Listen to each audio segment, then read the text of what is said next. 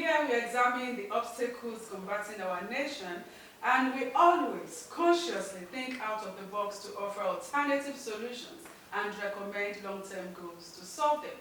My name still remains Oluwafumito Adeleye. I'll be right back after this short break.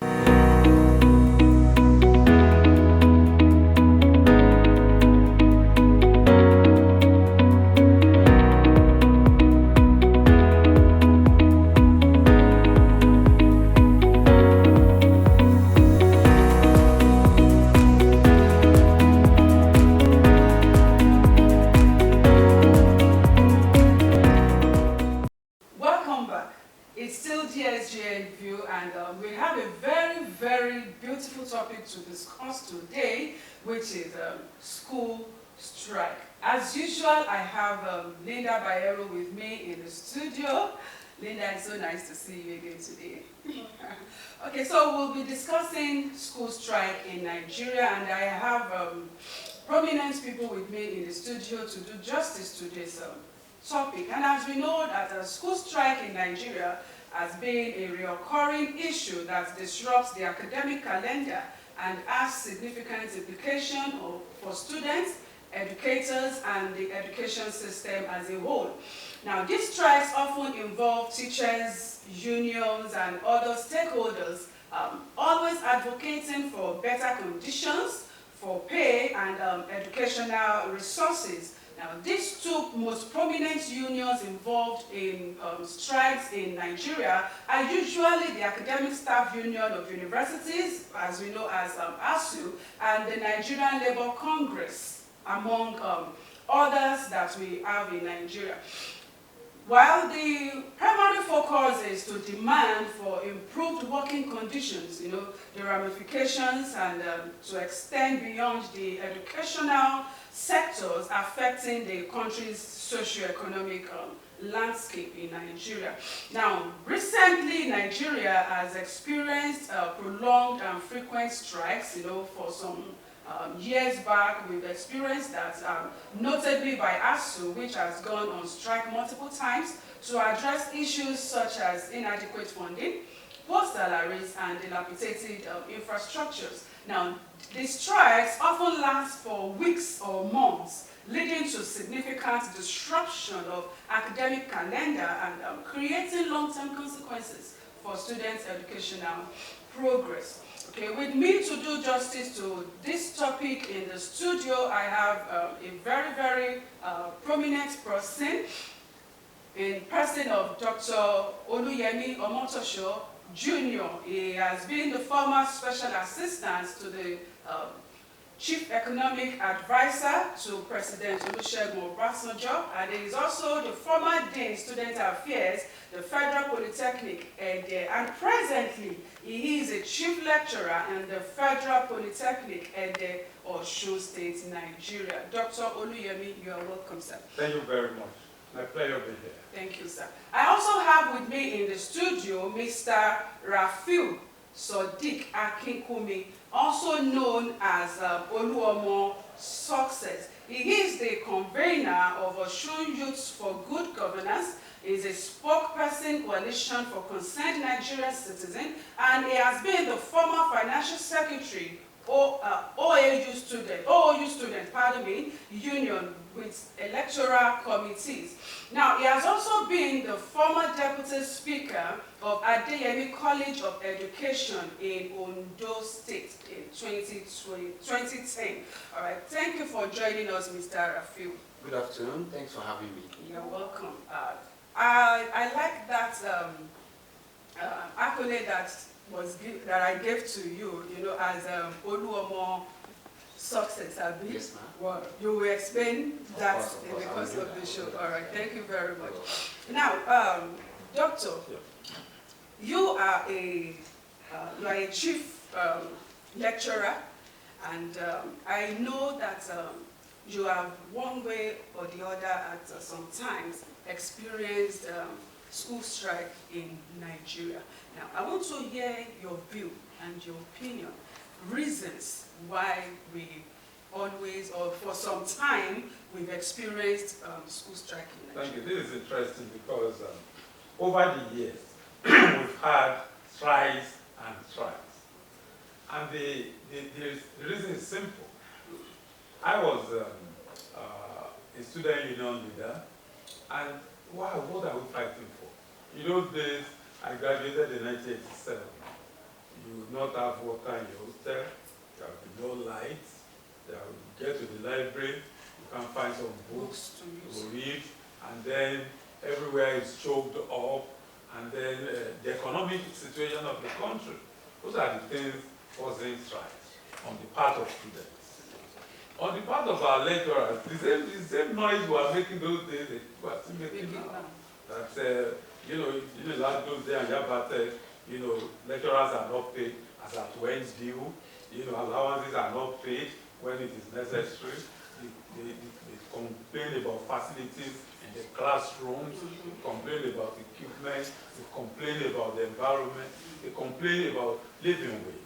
All those are the reasons for going on strike. And again, the United Nations has a prescription for funding of education, and that is 26% of the national budget. The government will only fund education, maybe to the tune of 3%, 2%. I think the highest we've had was under Yaradua, where we had like 8%, out of 26%. So funding is very poor. And as I'm talking to you today here, unfortunately, after being student union leader, I've been a lecturer for many years, and then I've been the dean of student affairs, handling students. It is still the same complaint. Poor facilities, poor classroom. Now, the capacity for a course will be 70. Some schools will take like 300.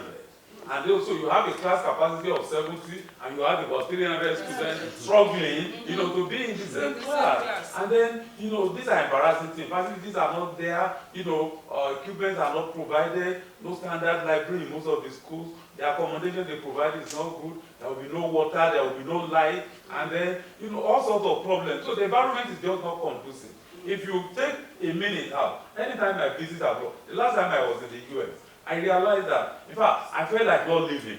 Because, I taught in a class where, because the workshop was where to teach in some schools, in Central State University, what you realize is that there should be 24 students in a class. And what is this class? This is a class made up of, each student has his own desk, his own table. The desk is made up of a desktop, a laptop, disk, there is a screen, and then so lecturers can deliver their lecture using PowerPoint, light will not go, and then the student can record what you are delivering. And so the lecturer is cautioned, the student is cautioned. If you didn't understand the lecture, you can get to your room and play back the cassette. And so, if you didn't come to class, you can take the cassette from those who are in the class, record it, and listen to the lecture again in your own. So lectures become more interesting. More interesting. And so, you see, those facilities are just not here. And so, when I'm writing a paper now on,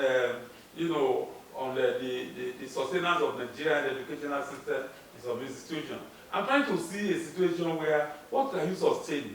In a situation where, as I'm talking to you, if you are rating the first 1,000 best universities in the world, Nigeria will not make even 900 positions. So, because of this lack of facilities and equipment, and then the human resources, lecturers are complaining, here and there. And government has been struggling to correct all this one way or the other. Those in my own days were having bursary, 500 naira, it was good money. We're happy to have it. And then now they say they are being reformed, maybe we explain how much it's taking. And then government is trying to see how they can. But what I'm trying to say is that in all this, government has not done enough for education in Nigeria. And that is why there's always incessant strikes here and there, either by the students or by the lecturers. So in essence, doctor, we are trying to say that poor working conditions and negligence by the government in terms of educational system in Nigeria is the main cause of strike. It's the main cause. Okay, Mr. Oluomo, I want to ask you, one time or the other, have you experienced a school strike? Of course. And what were your experiences? I want to say this as a starting point that I was opportuned to write my final year thesis on incessant strike and on the performance on university students, taking Obafemi Awolowo University as a case study. Okay. Through my findings, I found out that the case is of two sides. No. We have the lecturer side and we have the government side. Okay. Sometimes, when the issues started, it's more or less of agitation. And there's always 3C in student unionism that we, student union leaders, are always used to. We have the consultation, the consolidation, and the confrontation. People only know the confrontation. They don't see when we consolidate and when we consult. As a student union leader, I was opportune to have led different protests, different issues that have led to strike, that have led to protests. Okay. And what has been our agitation? Our agitation is simple. We want a good condition, accommodation in our school. Now, let me give an instance of Obafemi Awolowo University. People will always say that Obafemi Awolowo University strike more than thunder. When we are, yes, that's what we usually say, that Obafemi Awolowo University we strike more than thunder. Yes, we believe that that's the only school that we never take anything for granted. Even NASU, non-academic staff of OAU, there is in the item of OAU, a luther against all oppression. Even when you say a statement against a student can start a struggle against you by bringing a bracket to the students' union, to the Senate building, and before you know that, everybody will rally around to him and ask for a request. But we noticed that the same way that we, myself, attended, has been the same school that had a protest because of they could not give them the accommodation and the benefit of 10 naira they usually get for food and chicken. They led the protest because of that. And the same way we have the management at the point in time that usually send students on restoration because they led the protest. Omatali Omani, which is our leader, is our VC also, but there is a lot of students that was sacked, that was sent out of the school system because they asked for what is their rights. And these people benefited from the same system. Okay, which means, sorry to cut you short, it means students can, on their own, bring about the cause for. Of course, I can give an instance. When I was in OAU, there was a case of our hall of poor accommodation. We requested the then VC to please help us to. The school, the hostel is so jam-packed to the extent that in a single room, you might be saying like, okay, legal occupants, because we have two ways. We have the legal occupant, we have the illegal occupant. The legal occupant is just 4 in the school of 6. Now, but we have squatters as well. Squatters can be like 50. Yes, in a room. So in a single room, you can have the legal occupants of that room are just maybe like 5. But illegal occupants in that room is going to be like maybe like 20. In a single, we have like 25 person in a single room. Now the question is, at the part of the students, we are wrong. Sure, I wanted to ask that. Sincerely, are you allowed to bring in squatters? But the reality, you are not allowed to bring the squatters. But the reality is, I can't see my own student, my own classmates sleeping outside, and I have a room on my head, and I won't wait what to help. That is the reason we are all together. As OAU students, we believe that when someone does not have, all of us don't have. That is our antecedent in Obafemi Awolowo University. And over time, I remember that they led a struggle because the chicken they usually give them in Abu all day, and it was reduced from maybe 2 naira to 1 naira, and the additional tuition fee that was always given to them was reduced, and they had to lead the protest that they would have to block Ibadan Express Road on Adibadele Road in Ife then. Now the same set of people are now sending us out of the school system because we asked for a good accommodation, because we asked for good, because we don't want an hyper-charged school fees. These people benefited from free education. Like my dad asked that, have I benefited from bursary? I remember the last time I benefited from bursary was when I was doing my NCE in Ondo. I graduated from my NCE in 2011. And categorically, I think that the last time I benefited from my bursary is 2010 in Ondo. And I think I came into OAU 2014. And throughout my stay in OAU, I did not hear anything about bursary. But all thanks to the current governor of Osun State, is trying to revive the bursary of a thing through NAOS and others through student union structure. And I could see that the bursary is reviving through the current the governor, because Currently, the current SSA to the governor on education is a former student union leader, and we have to tell him there is a revival that runs on this youth structure and student union structure in Osun. Okay. And to God be the glory, the governor of Osun State, the person of Ademola Adeleke, is doing a little bit to help and revive the. Thank you, Olu, almost success. I want to ask, what can you say is the impact of this strike on students? Because most of us went through school. I went through school and I experienced this strike. And I know it has affected students a lot. Psychologically, emotionally, how can you explain that? And how can you relate it to, because I know you have experienced strike before. So how did it affect you? I will use myself as a case study. Okay. I meant to use 3 years in OAU because I was a direct entry student from about ADM qualification. Okay. So I entered 200 level into the Faculty of Education.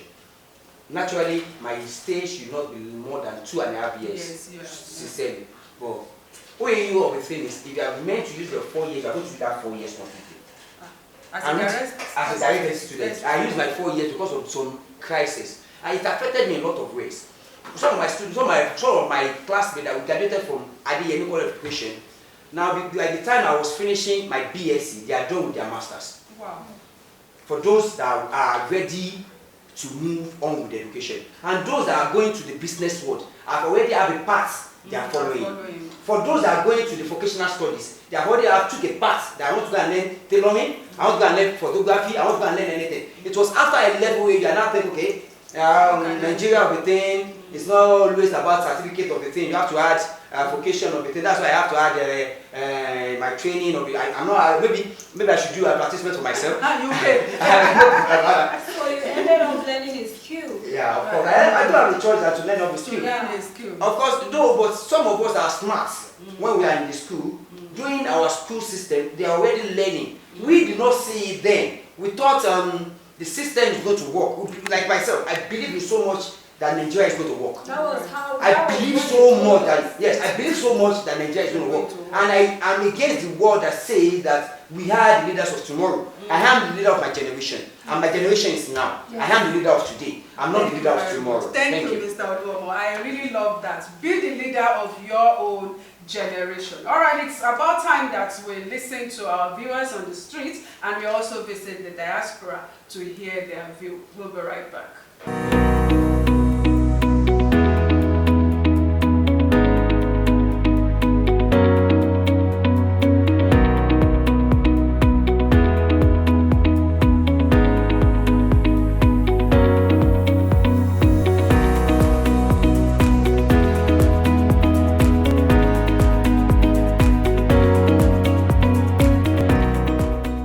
Effect of school strike on education in Nigeria is something that is very, very deep, and I can actually confirm that we are actually witnessing the effects of the previous strikes we have experienced in the past few years. And one of the major effects is the toll it is taking on our educational system. We are witnessing a situation whereby education in Nigeria is becoming something that is not being taken so serious by everybody, because they believe you won't achieve anything. Even if you try so much to achieve a lot, you will be bedeviled by strikes every other time. That is one major negative effect of strikes as we have witnessed it in. If the government can be very serious to make sure that they pump enough money, if they are not able to achieve the 25% immediately, they can face it. Let's do a little more than we are doing currently. I think they are doing about between 11 and 15% annual budget of the annual budget.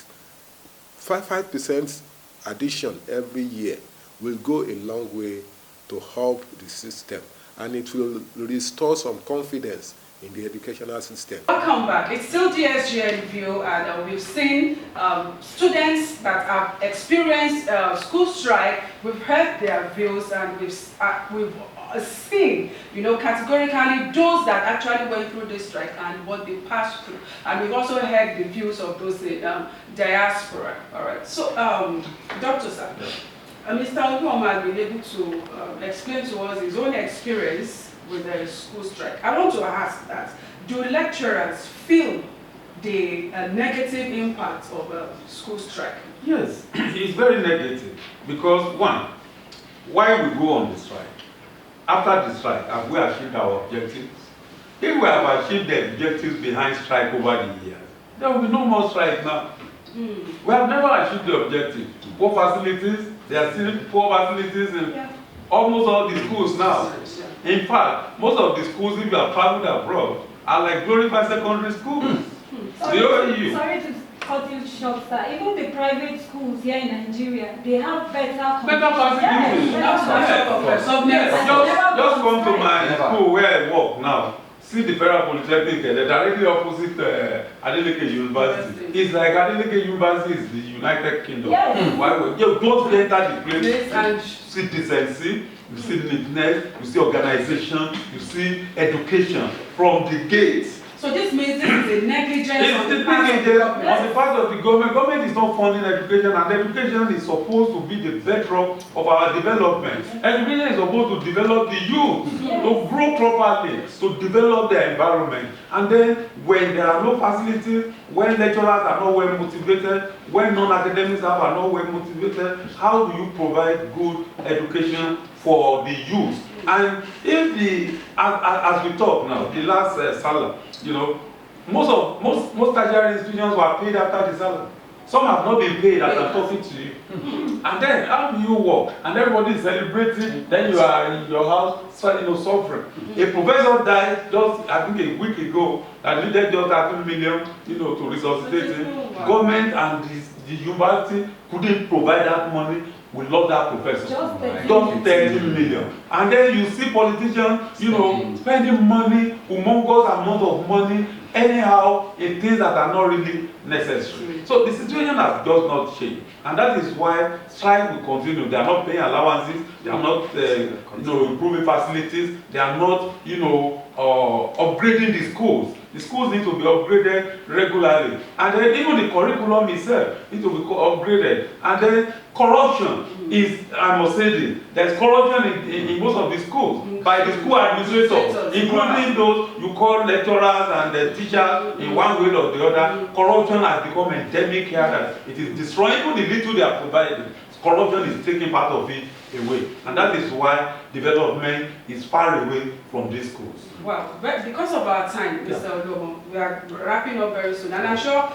we can't exhaust this topic today. I will definitely want to call you back another time to do more justice to this topic. But what's your parting word for students and to lecturers at large? My parting shot would be for two, to the government, to the lecturer, and to the student. Now, one thing is, to the students, our voice must be heard. Okay. Our voice must be heard. Solidarity is forever. Once I keep telling people that silence is a crime in an unjust society. When things are not going right and you are silent, then you are wrong. Speak out, maybe through your speaking, then there can be a solution. And to our lecturers, they know more than we do. They should ask. They should not. Now, what I see, sincerely, apology to my dad here. Lecturers are selfish sometimes. Sincerely, yes, they only ask for the increment in the salary and not the condition of the student. Because you have not looked at the demand. Yes, and that's why I said we will still call you. And that's sincere. Sometimes that's sincere. The demand is facility. Yes, of course, but sincerely, most of the time the ASU will go on. They always talk about salary, increment in salary, increment in working condition of the lecturer, but we never talk about the condition and the accommodation of the student. Thank you very much. So now, Dr. Oluyemi, can we say dialogue between the various stakeholders can bring about the end of the strike?